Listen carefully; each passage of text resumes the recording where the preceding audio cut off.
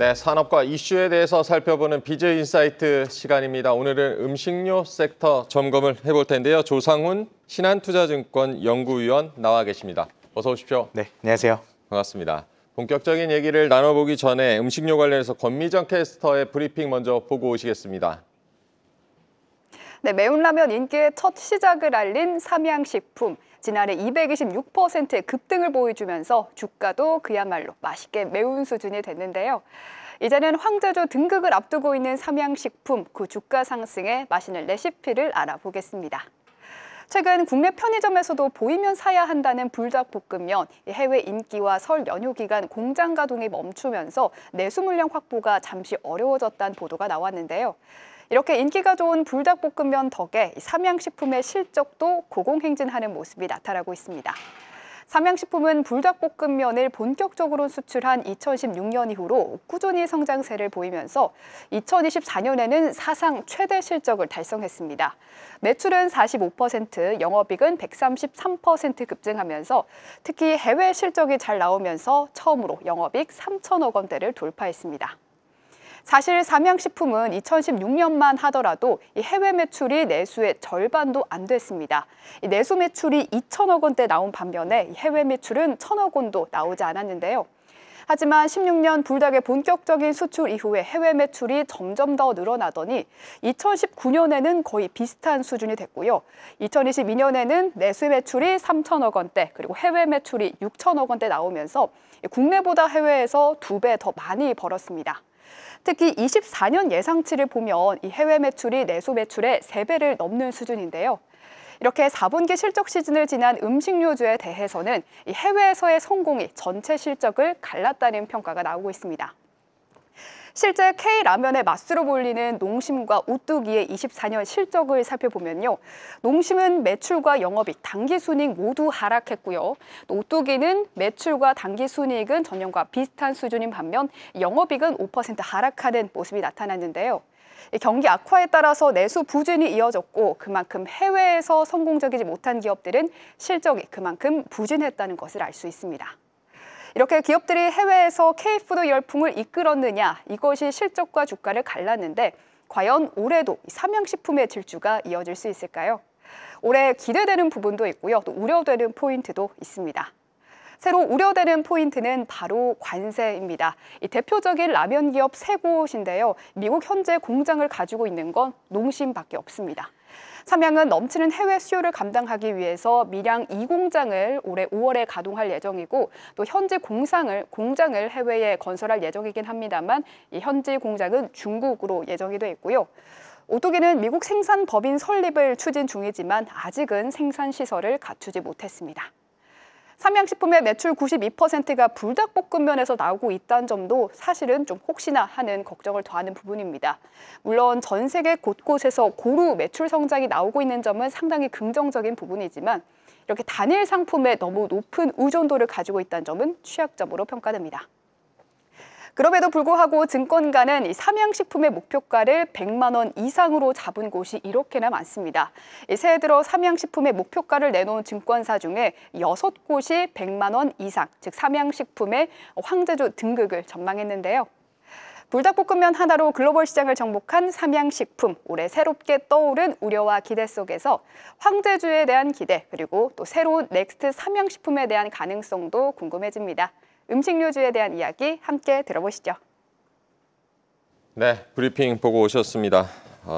연구원님, 중국 양회가 진행이 되고 있는데 중국이 어쨌든 전인대에서 내수 부양 의지를 드러냈고요. 이렇게 내수 경기가 회복하면 올해 음식료 업종도 좀 기대감이 커질 것 같은데 어떻게 보고 계십니까? 네, 맞습니다. 이제 사실은 재작년, 작년 이 K푸드의 성공 스토리가 좀 주가로 나타나기 시작을 하면서 그때 이제 K푸드의 투자 스토리는 유럽, 미국 이런 서구권 위주였었어요. 네. 다만 저희가 이제 잊고 있었던 것이 단일 국가 비중으로 가장 큰 비중을 차지하는 곳이 결국은 중국이었고 이 중국이 여전히 굉장히 좀 중요한 국가다. 이 부분을 조금 망각하고 있었던 게 아닌가라는 좀 생각까지 좀 들기는 하더라고요. 네. 그래서 이런 중국의 소비 경기라든지 이런 부분들이 좀 회복이 된다라고 하면 결국은 이 밸류에이션이 조금 정상화되는 요인으로 작용하지 않을까 이렇게 좀 생각이 듭니다. 네, 음식료 업종에 좀 훈풍을 기대할 수 있다라고 말씀을 해주셨는데 지금 음식료 최선호주로 삼양식품과 CJ 제일제당을 꼽아주셨어요. 음식료 하면 우리가 뭐 대표적으로 떠올리는 게 삼양식품이 될 것 같습니다. 해외 시장에서 우리가 상상하는 것 그 이상으로 불닭볶음면의 인기가 어마어마하다고 합니다. 실적으로 또 수치로 증명을 해줬는데 앞으로도 이 성장세를 이어갈 수 있을지 앞서서 권미정 캐스터가 브리핑한 것처럼 어떻게 보면 또 우려일 수도 있다라는 시각도 나오거든요. 네. 뭐 우려 요인이 있기는 하지만 일단 지금은 조금 더 긍정적인 측면들이 많이 부각이 되는 상황인 것 같아요. 그래서 어쨌든 이제 이 회사는 거의 해외 매출 비중이 80%에 네. 육박을 하죠. 네. 그러다 보니 이제 보통의 음식료 기업들과는 다르게 이 달러가 강세인 시기에 굉장히 좀 유리한 이런 모습들을 조금 보이고 있고, 그래서 지금과 같은 이 1,400원대 이상의 이런 달러 환율에서는 당연히 좀 긍정적인 부분들이 많이 부각이 될 겁니다. 특히나 이제 앞서 말씀해주신 것처럼 5월 말이 되면 밀양 2공장이 완공이 되고요. 그럼 이제 이 기존 설비 대비 약 한 40% 정도의 생산 설비가 좀 증가하는 부분들도 있습니다. 이런 부분들로 인해서 조금 더 지금까지는 이제 못 팔았었던 이런 부분들이 조금 더 이제 본격화될 가능성이 높기 때문에 이러면 이제 외형 성장, 특히나 이제 글로벌 외형 성장이 조금 더 가속화되지 않을까 이렇게 좀 기대를 하고 있습니다. 네, 삼양식품 밀양 2공장도 완공이 됐다라는 소식 전해주셨고, 앞서 이제 권미정 캐스터 브리핑에서 본 것처럼 증권가에서도 계속해서 이제 목표가를 일제히 올리고 있는데 황제주 등극이 가능하다고 보십니까? 어떻게 보십니까? 이제 뭐 시간 문제이지 않을까 싶어요. 그래서 물론 이제 뭐 넘어야 될 산이 좀 많기는 하겠지만 일단은 뭐 앞서 말씀드린 것처럼 올해 분위기가 작년보다는 좀 더 좋은 것 같아요. 네. 그러니까 작년에 어떻게 보면 깜짝 실적을 낸 상황이고 올해는 좀 예상 가능한 것들, 뭐 말씀드린 것처럼 뭐 달러 강세라든지 아니면 이제 생산 설비의 증가, 그리고 이제 좀 지역의 어떤 다변화, 그러니까 이런 부분들로 인해서 조금 더 긍정적인 부분들을 저희가 기대를 해볼 수는 있을 것 같고요. 다만 이제 뭐 이제 이 위험 요인이라든지 이런 부분들 좀 말씀을 해주셨는데 네. 저는 유일한 리스크 요인은 결국은 비싸다라는 것 같아요. 이 밸류에이션이 굉장히 좀 비싸다라는 측면인 것 같고 결국 뭐 코스피 평균이라든지 아니면 이제 뭐 상장된 음식료 업종의 평균 대비로도 굉장히 좀 비싸게 거래가 되고 있는 상황입니다. 그래서 이 밸류에이션 부담을 좀 극복을 하기 위해서는 결국은 이제 해외에서 이 회사랑 경쟁하고 있는 업체들, 특히나 이제 일본 라면 업체들의 밸류에이션과 좀 비교를 해봐야 되는 상황이거든요. 네. 근데 이제 최근에는 그 간극이 굉장히 좀 줄어들어서 거의 일본 업체들과 좀 비슷한 밸류에이션을 부여를 받고 있습니다. 그럼 이제 지금 상황에서는 일본 업체들보다 좀 잘해야만 지금 이제 받고 있는 요 밸류에이션이 좀 정당화가 될 텐데 저는 이제 그 키포인트가 결국 이제 유럽 쪽에 있다고 생각이 들어요. 아직은 유럽 시장이 전체 이제 어떤 그 시장 규모 대비 라면의 침투율이라든지 특히나 이제 이 아시안 푸드의 침투율이 아직은 조금 낮은 상황이기 때문에 이제 그렇게 놓고 본다고 하면 이 유럽 쪽에서 어떻게 좀 성과가 나느냐, 요게 이제 얼마나 좀 가시화가 되느냐, 이 부분이 굉장히 좀 중요하게 작용을 할 것 같습니다. 네, 삼양식품은 사실 불닭볶음면이 효자 노릇을 똑똑하게 하면서 주가를 계속해서 끌어올려줬고 이 황제주인 100만 원까지 가기에는 뭐 시간 문제다라는 말씀을 해주셨습니다. 사실 음식료 업종 안에서도 이 트럼프 관세라는 불확실성은 여전히 적용이 될 텐데 지금 수입되고 있는 이 한국산 라면에 관세가 적용이 되면 당연히 타격을 입을 것 같아요. 맞아요. 당연히 뭐 사실 타격은 어느 산업이나 불가피할 것 마찬가지처럼, 같아요. 네. 맞습니다. 그래서 초기에는 당연히 좀 자리를 잡는데 시간이 어느 정도 좀 걸릴 것 같고요. 다만 이제 저는 뭐 두 가지를 말씀드리고 싶은데 첫 번째는 이런 과정에서 결국은 제품력과 브랜드가 좀 중요하게 작용을 하지 않을까. 그래서 이 불닭이라고 하는 이 브랜드 파워가 어느 정도는 좀 자리를 잡은 상황이기 때문에 이 점이 저는 좀 중요한 요소라고 보고는 있고요. 이 두 번째로는 지금의 어떤 이 트럼프의 정책을 놓고 본다고 하면 결국은 이 식품 쪽에도 관세를 매기겠다라는 네. 얘기가 많이 나오고 결국 그러면 이제 전반적인 식품 물가가 올라갈 수밖에는 없는 상황이에요. 네. 이러면 사실은 이 대체제로서 놓고 볼 수 있는 식품의 가격들이 다 올라간다는 건 결국은 값싸고 맛있는 한국산 라면에 대한 수요가 저는 조금 더 증가하지 않을까 이런 측면에서 조금 보고는 있습니다. 또 한 가지는 이제 이 회사가 과거와는 다르게 이제 코로나를 지나면서 K푸드, 불닭 이런 쪽이 좀 글로벌 인기가 많아지다 보니까 굉장히 지역 다변화가 좀 잘 되어 있습니다. 그래서 물론 이제 앞서 말씀드린 것처럼 중국 비중이 가장 크긴 하지만 그 다음이 미국, 유럽, 동남아 이런 쪽으로 좀 지역 다변화가 많이 좀 이루어진 상황이기 때문에 사실 이제 미국에서 좀 주춤하더라도 이런 좀 지역적인 다변화 정책을 통해서 이런 이 특정 지역에 대한 이 지정학적 리스크가 좀 해지가 가능하지 않을까라는 차원에서도 좀 이 관세 영향은 네. 좀 굉장히 좀 빨리 지나갈 수 있지 않을까 그런 생각입니다. 네, 삼양식품 관세 리스크는 있지만 다른 지역으로 다른 시장으로 시장을 다변화하고 있다는 점에서 해지가 가능하다라고도 짚어주셨습니다. 다음으로 최선호주로 또 꼽아주신 CJ제일제당. 연구원님께서는 이제 최악의 소비 환경에서도 실적 선방했다라고 평가를 하셨는데 어떤 부분을 좀 긍정적으로 보셨습니까?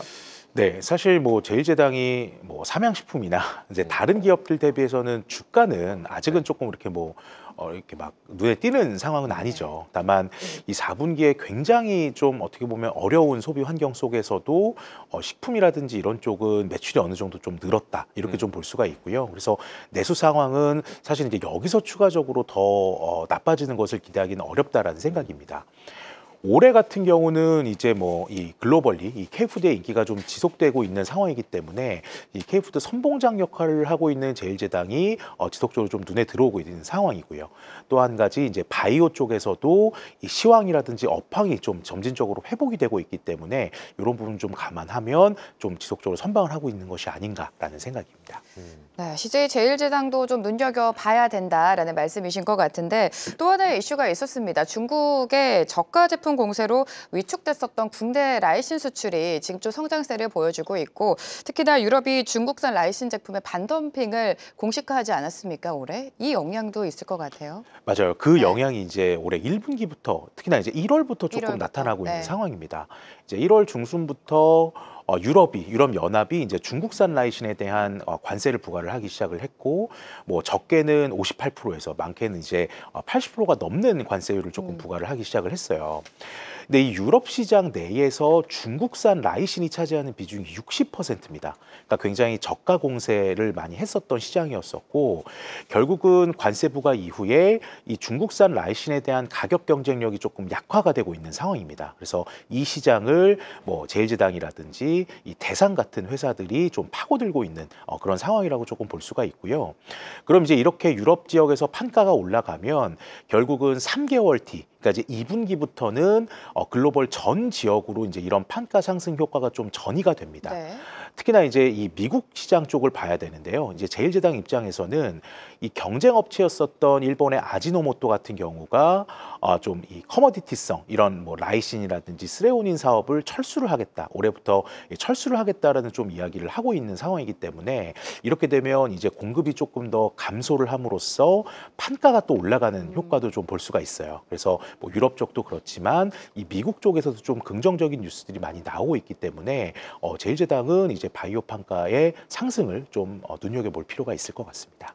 네, 삼양식품과 함께 CJ제일제당도 최선호주로 꼽아주셨고 농심 오늘 이제 주가가 보니까 장중에 지금 9%가량 오르고 있는데 라면과 스낵 이런 제품들 가격 인상한다는 소식 전해졌고 가격 인상을 통해서 이제 경영난 해소 기대해 볼 수 있을까요? 어떻게 보십니까? 네, 맞아요. 그러니까 사실 삼양식품 대비해서 네. 이 농심의 실적이라든지 주가 상승이라든지 이런 부분들이 많이 좀 성에 안 찼었죠. 네. 그래서 좀 많이 걱정하시는 분들도 많으셨었는데 사실 이제 이번 가격 인상을 통해서 영업이익 증가라든지 이런 부분들을 좀 충분히 기대는 해볼 수는 있을 것 같아요. 일단 대표 제품인 신라면과 새우깡 같은 경우는 23년 7월 달에 이제 정부의 물가 안정 기조에 맞춰서 가격을 인하를 했던 것을 원상 복구를 이런 시킨 좀 개념이라고 보시면 되고 이제 하는 김에 좀 이렇게 다른 메인 제품들도 이제 가격 인상을 좀 했다. 그래서 뭐 환율이라든지 사실 이제 뭐 곡물 가격은 빠졌습니다만 뭐 전분이나 팜유나 뭐 스프나 이제 이런 이 항목들은 굉장히 좀 많이 올랐거든요. 그래서 이런 부분들을 좀 감안한 결정이었다라고 좀 생각이 들어서 뭐 앞서 말씀드린 사료품 너무 비싸다 이렇게 좀 걱정하시는 분들은 뭐 농심은 이제 시작이지 않을까라는 차원에서 좀 접근하셔도 늦지는 않았을 것 같습니다. 네, 삼양식품과 비교를 해본다면 아무래도 농심이 덜 올랐기 때문에 눈여겨보자라는 말씀이신 것 같은데 음식료는 사실 뭐 불닭볶음면도 그렇고 신라면도 그렇고 실적 베이스로 주가가 튀지 않았습니까? 최근에 유통주도 작년까지만 해도 굉장히 박스권에 갇혀서 답답하게 흘러가다가 2월장 들어서 수급이 들어오면서 상승을 하고 있습니다. 왜 오르는 겁니까? 일단 뭐 사실 12월 뭐 네. 이제 비상계엄 이후에 이제 1월, 2월 이제 그 소비자 심리 지수를 좀 살펴보면 뭐 올라온다고는 하지만 아직 계엄 이전 수준으로 회복된 것은 아니에요. 네. 그래서 뭔가 이제 구조적으로 소비가 좋아졌다거나 그거를 기대하기는 조금 어려워요. 뭐 이제 좀 단기적인 이슈이지 않을까라고 좀 많이 생각을 하시지만 어쨌든 이제 확실한 건 전년의 기저가 워낙 낮습니다. 소비가 워낙 좀 좋지 않았었고 소비가 이제 최악을 찍고 올라오는 상황인 것도 맞습니다. 뭐 그런데다가 워낙 이제 좀 눌려 있었던 주가들이 굉장히 좀 작은 호재에도 굉장히 좀 민감하게 반응을 하는 좀 부분이다 보니까 좀 뭐 할인점이라든지 뭐 아니면 백화점이라든지 이제 이런 좀 금리에 좀 민감한 이 좀 산업들 위주로 해서 최근에 좀 이제 바스켓으로 많이 좀 움직이는 그런 모습이 보이는 것 같습니다. 네, 어쨌든 유통 같은 경우는 전반적으로 좀 업황이 좀 눌려 있는데 백화점 같은 경우는 원화가치 약세 흐름이 오히려 수혜가 된다 이런 분석들도 있는데 이 부분은 어떤 얘기입니까? 사실은 이제 부분적으로는 맞아요. 그러니까 저희가 사실은 뭐 재작년, 작년, 그러니까 엔저가 굉장히 심했을 네. 때 뭐 정말 뭐 명품이라든지 이런 쇼핑을 하러 정말 일본에 가시는 분들이 굉장히 좀 많으셨지 않습니까? 네. 그만큼 이 환율에 대한 부분이 굉장히 좀 민감하게 반응을 했었고 사실 이제 최근에는 뭐 이 신흥국 통화들이 많이 회복이 된다고는 하지만 아직은 원화는 좀 약세의 국면인 것 같아요. 네. 그래서 이게 뭐 이제 달러 대비뿐만이 아니라 다른 이제 좀 신흥국 통화 대비로도 좀 약세이다 보니까 이런 부분들이 좀 한국으로 많이 유입이 되지 않겠느냐. 그러면 지난 2년 동안 일본이 누렸던 이런 쇼핑으로서의 매력도가 한국이 좀 높아지시는 것이 아니냐라는 기대하시는 포인트들이 조금 많기는 해요.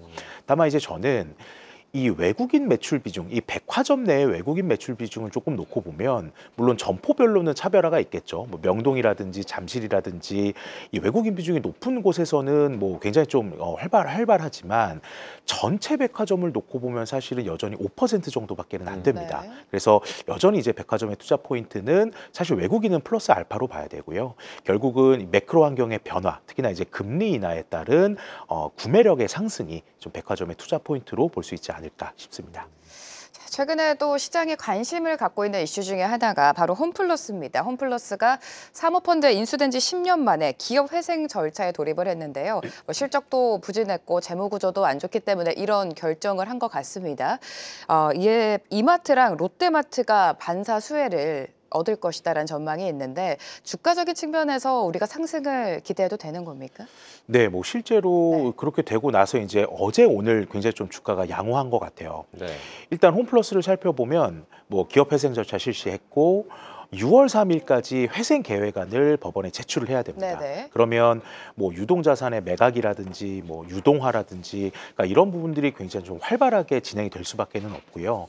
최근에 뭐 이제 이런 뉴스들을 살펴보면 좀 홈플러스의 부정적인 이슈들이 굉장히 조금 많죠. 그래서 그렇다는 거는 홈플러스가 사실 영업에 타격을 받을 수밖에는 없는 상황인 것 같아요.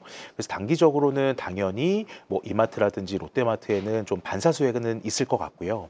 다만 결국은 근본적으로는 이런 문제들이 이 할인점 산업 자체의 근본적인 매력도가 하락하는 점에 있지 않습니까? 이커머스의 상승이라든지 네.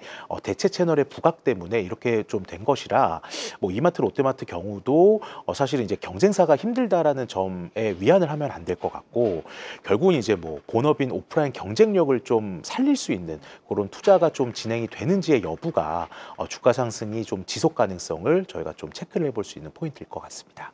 네, 홈플러스의 회생 절차 신청, 할인마트라는 이 업황 전체의 악재로도 볼 수 있다는 점도 짚어주셨고요. 유통주 탑픽으로는 코웨이를 꼽아주고 계십니다. 어떤 부분을 좀 긍정적으로 보고 계십니까? 사실 이제 코웨이를 하면 그냥 뭐 정수기 렌탈하는 기업 아니냐 굉장히 좀 밋밋하게 생각을 하세요. 그래서 뭐 정수기를 요즘에 누가 쓰지? 뭐 생수 사 먹는데 이렇게 사실 생각을 하시지만 굉장히 좀 성장성이나 이런 부분들이 좀 빠르게 나타나고 있어요. 그런데다가 이제 코웨이 같은 경우는 어쨌든 이 실적 베이스가 렌탈료, 월별로 들어오는 렌탈료로 이제 좀 구성이 되는 상황이다 보니까 지금처럼 소비 경기가 좋지 않고 뭐 먹고 살기 힘들더라도 이런 구독 경제로 만들어진 이 어떤 사업 모델이 굉장히 탄탄합니다. 그래서 뭐 소비 경기라든지 대외 환경에도 불구하고 실적이나 현금 흐름은 굉장히 좀 양호하다. 이렇게 네. 좀 말씀을 드릴 수가 있고요. 또 이제 유통사 치고는 굉장히 높은 해외 매출 비중이라든지 아니면 이제 올해 들어서 굉장히 좀 공격적인 주주 환원 정책이라든지 그러니까 이런 부분들을 좀 감안을 했을 때 코웨이의 어떤 주가 상승세는 저는 조금 더 유지될 것이라고 보고 있습니다. 네, 기대 이상으로 코웨이가 실적이 탄탄했고 적극적인 주주 환원책 덕분에 최근에 계속해서 좀 신고가를 경신을 했었습니다. 앞으로도 추가 상승 여력이 있다라고 표현해 주셨는데 지금 말씀해 주시면서 뭐 음식료 안에서도 유통주 안에서도 탑픽 종목을 꼽아주시지 않았습니까? 이제 음식료주는 뭐 경기 방어주라기보다는 실적주로 부각을 받고 있는데 상반기 전략을 어떻게 가져갈까요? 네, 일단은 이제 이 음식료 같은 경우는 결국은 이제 뭐 내수보다는 이 해외 쪽 해외 쪽, 익스포저 네. 있는 기업들이 얼마나 좀 선방을 해주느냐가 관건일 것 같아요. 그래서 저는 이제 K푸드라고 하면 결국 이제 좀 구조적인 어떤 그 변화이기 때문에 결국 이 K푸드의 인기는 좀 지속이 될 수밖에는 없고 이 관련된 기업들이 저는 좀 지속적으로 힘을 내지 않을까라는 차원에서 좀 긍정적으로 보고 있고요. 이 유통주 같은 경우는 결국 이제 이 부분 이런 그 지금의 어떤 긍정적인 흐름이 단기적으로 끝날 것이냐 아니면 조금 더 지속될 것이냐에 좀 고민은 해야 되겠지만 어쨌든 최악은 좀 뒤덮고 네. 거기에 이제 뭐 금리 인하라는 어떻게 보면 굉장히 좀 매력적인 카드도 조금 남아 있기 때문에 이제 이런 관점에서도 이제는 좀 슬슬 봐야 되지 않나라는 측면입니다. 유통주 같은 경우에는 이제는 최악은 면했다, 바닥은 다졌다라는 시각인 것 같습니다. 오늘 이 시간 조상우 신한투자증권 연구위원과 함께했습니다. 도움 말씀 감사합니다. 감사합니다. 계속해서 다양한 경제 이슈를 알고 싶다면 구독과 좋아요, 알림 설정 부탁드립니다. AI 캐스터 권미정이었습니다.